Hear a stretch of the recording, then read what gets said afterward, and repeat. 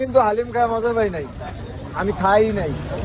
শুনেন, সবসময় তো একরকম হয় না। না আজকে আমরা হালিমটা একবারও টক হয়ে গেছে। খাবারটা আজকে এত ফালতু হয়েছে, এত ফালতু হয়েছে, জঘন্য। আমি মনে হয় রুটি, এই যে পুরো রুটির মধ্যে আমি একটু এই সাইড থেকে একটু খাইছি, খাইছি সবাই খাবারই খাওয়া ইয়ার ভিতরে টক দিয়ে হুড়িয়ে লাইছেন, আমারটা আমি দিয়ে না ডাইল ভাজি লইছি।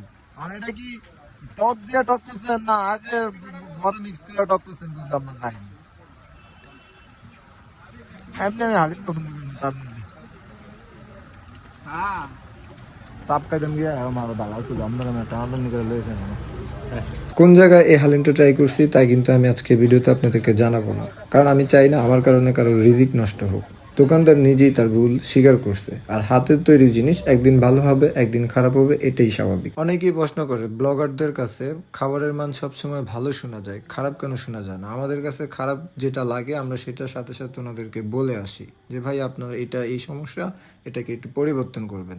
দ্যাটস ওয়াই আমরা ভিডিওর মাধ্যমে কখনো কারো সামনে কোনো খাবার খারাপভাবে রিপ্রেজেন্ট করি না, কারণ পার্সোনালি আমি চাই যাতে আমার কারণে অন্য কারোর রিজিক নষ্ট না হয়। যে কোনো দোকানে বলেন, যে কোনো রেস্টুরেন্ট বলেন বা যে কোনো ফুডকার্ট বলেন, সব মানুষই কষ্ট করে একটা বিজনেস স্টার্ট করে। আমাদের আপনাদের একটা ছোট্ট রিভিউর কারণে যদি সেই মানুষের সেই রিজিকটা নষ্ট হয়ে যায়, একটাবার শুধু নিজের দিক বিবেচনা করেন যে ওই মানুষটা যদি উনি না হয়ে আমি হইতাম, বা ওই বিজনেসটা যদি ওনার না হয়ে আমার হইতো, তাহলে কেমন হইতো। মানুষ মাত্রই ভুল, হাতের তৈরি জিনিসে একদিন ভালো হবে একদিন খারাপ হবে, এই জিনিসটা বুঝে যদি আপনারা সব মানুষের কোনো না কোনো ভুলগুলা একটু শুধরে নিতে পারেন, তাহলে হয়তো আমাদের আপনাদের জন্য অন্যান্য মানুষের ব্যবসায় ক্ষতিগ্রস্ত হতে হবে না।